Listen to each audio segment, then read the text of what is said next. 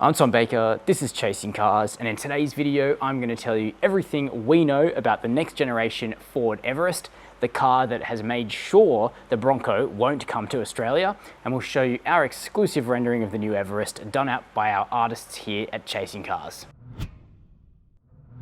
It's a little known fact that the homeroom for the development of the Ford Ranger, the Ford Everest, and even the underpinnings of the new Ford Bronco are right here in Australia, in Broadmeadows, Victoria to be exact. Now, Ford is a massive company based all around the world, and they split the development of its cars up into what they call homerooms. So the Germany homeroom looks after the Fiesta and the Focus, for instance. The US takes charge of development of many of Ford's cars, the F-Series trucks among that assortment. But right here in Australia, we look after effectively the light truck segment for Ford. Now that started to be split up with the introduction of the new Maverick in the American market, but the Ranger is very much our product here in Australia, as is its wagon body partner, the Ford Everest, and the same underpinnings have been used to develop the new Ford Bronco, a vehicle that has been a runaway success so far in the American market and that we were hoping would come here to Australia, but it won't, and the reason is attributable to two words: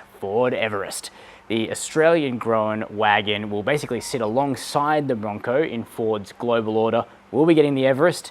The Americans won't be getting the Everest. They'll be getting the Bronco, as they already have. But the two products effectively fulfill the same purpose, at least in Ford's eyes. Now, the retro mod Bronco is a very cool looking vehicle, but Ford are also putting more effort into the styling of the new Everest this time around.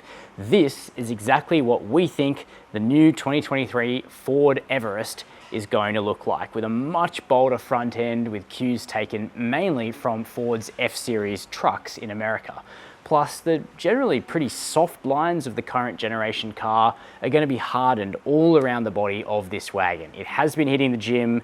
Those tough shoulder lines look so much better than the soft sides of the existing car, and we can expect the rather dated rear end to effectively mirror the sharp lines and corners of the front end when we see the vehicle unveiled. Now, how do we come up with this design? Well, we've seen plenty of snaps of the new generation Everest testing largely in Europe on road at this stage, and our artists have effectively unclothed those prototype mules of the next generation Everest.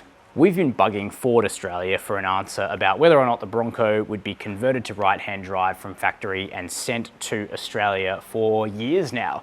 And we now have a clear answer that the next Everest is going to knock the chances of the Bronco coming to Australia right out of the tree. And that's because the two share the same underpinnings. In fact, Ford Australia takes credit for much of the Bronco's capability, saying that the American wagon owes much of that capability to the Australian-developed new mid-size truck architecture. And that, of course, is the one developed right here in Australia. However, it's also being developed for the 2023 Everest, which will use the same T6.2 chassis, however in a body which is a little bit more attuned to the tastes of Australians, to grey nomads, but also to the markets here in Southeast Asia that are predominantly right-hand drive, of which Australia is sort of lumped in with that group. Now, the interesting thing about the Bronco is that if you check out the interior of the new Bronco, it's absolutely purpose-built, it looks, for conversion to right-hand drive. I mean, just look at that slabby dashboard.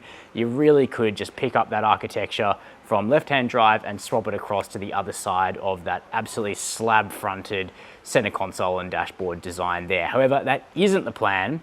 What'll be interesting is when we see the new interior of the 2023 Everest, how much of that Bronco DNA is carried across. Now, the Ford Everest has kind of been pitched as that sort of Southeast Asian luxury wagon thing in some markets. So personally, I doubt it's going to get the retro chic dashboard of the Bronco, but hopefully we see some of those, slightly more, I guess, industrial design concepts appearing in the cabin of the Everest. We'll just have to wait and see, but what's absolutely certain is that the Everest will be Australia's Bronco in effect. Let me know what you think of that decision down below in the comments of this video. Now, if you thought the outgoing Everest was a bit of a snooze fest, Ford Australia will have a good surprise for you, and that's that the new Everest is really being developed to be really a much more sophisticated vehicle this time around. The rise of the high specifications of the Ford Ranger Ute, the rise of the Raptor, All of these lessons have been absolutely taken to heart by Ford Australia, and you can bet that the company will be very keen to get onto another winner in the vein of the Ranger and the Mustang, because at the moment Ford Australia is highly dependent on the Ranger Ute and the Mustang Coupe and convertible. So if the Everest can be made into a similar success to something like the Ranger, that would be an absolute boon for Ford's Australian operations and the likelihood that development of cars like this will remain here in Australia.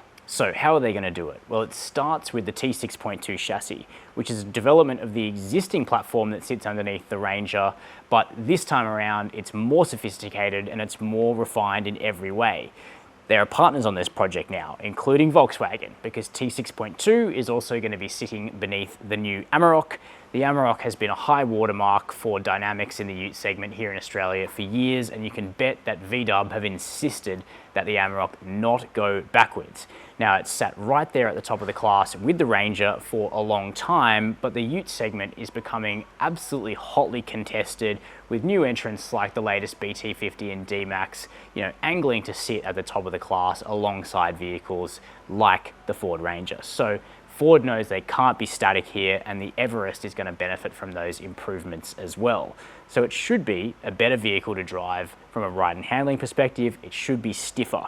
But under the bonnet, there's going to be a major change, with the 5-cylinder engine choice likely being jettisoned from the new Ranger and Everest. The 4-cylinder bi-turbo will remain, but it will be joined now by a 3-litre V6 diesel, not just because Volkswagen would have insisted on a V6 for the next Amarok, although that's absolutely a part of it, but because Ford knows that the high-end ute segment and the associated off-roading wagon segment now demands an engine that isn't just a clattery diesel 4-cylinder. Now, the engine that we're likely to see in Australia for the new Everest and also for high specification versions of the new Ranger and probably that Amarok as well is a 3-litre V6 power stroke turbo diesel engine making 190 kilowatts of power and 600 Newton meters of torque.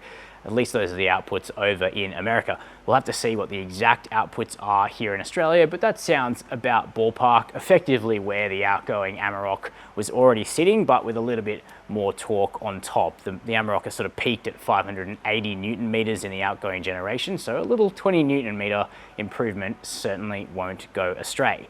Now, it is possible that there'll also be a petrol V6 because Ford have a 2.7 litre sitting on the shelf that they could deploy with more power than the diesel, particularly as the world starts looking beyond the diesel engine and thinking about options like electrified petrol powertrains.